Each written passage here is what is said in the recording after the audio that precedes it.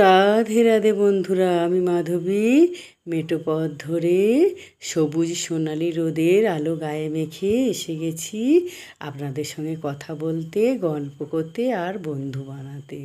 এই দেখুন বন্ধুরা, আমি আসন কিনি না, এইভাবে উল আর কুরুশ দিয়ে বানিয়ে রাখি, বসে পুজো করি। যখনই সুযোগ পাই আমি একটা একটা করে আসন বানাই। চটেরও আছে, সেগুলো দেখাবো। আজকে আপনাদের দেখাতে ইচ্ছা করলো এই উলের আসনগুলো, তাই দেখাচ্ছি। আর তখন জানেন তো বন্ধুরা, ঠাকুমাকে দেখতাম সারা বছর ধরে একটু একটু করে পয়সা জমিয়ে রাসলীলা করতো।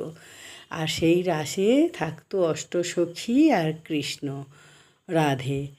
আর এক একটা করে ছোট্ট ছোট ঘর বানানো হতো, সেই ঘরে কৃষ্ণের যত রকম অবতার সব রাখা হতো।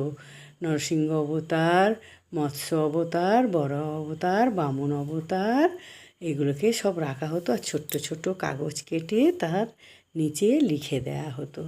আর এইটা দেখুন, ফল ঢাকা, ঠাকুরের কাছে প্রসাদ নিয়ে যাবেন, ঢেকে দিয়ে নিয়ে যাবেন। আর মানুষরাই ঠাকুর সাজতো, লক্ষ্মী, সরস্বতী, কার্তিক, গণেশ সাজতো, সেজে একটা নৃত্যনাট্য মতো করতো। আর বয়স্করা কী মনোযোগ সহকারে দেখতো। আর সেসব দিন অতি মনোরম আর সুন্দর, সেসব বলে তো বোঝানো যায় না। আর এই দেখুন, আমার ছেলে গীতাটা এনে দিয়েছে, বলেছে মা একটু একটু করে পড়বে। সেসব দিনের কথা ভোলার নয়। ঠাকুমার হাত ধরে গিয়েও আমরা সারা রাত সেই পুজোর জোগাড় করতাম।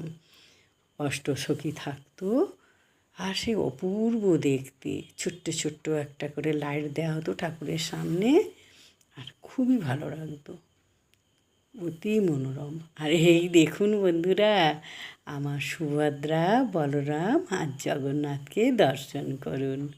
দেখছেন, আমি এইভাবে ঢেকে রেখে দিয়েছি যাতে না গায়ে ধুলো পড়ে।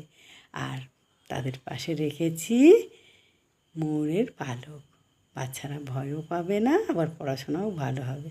আর এইটা আলমারি ঢাকা করতে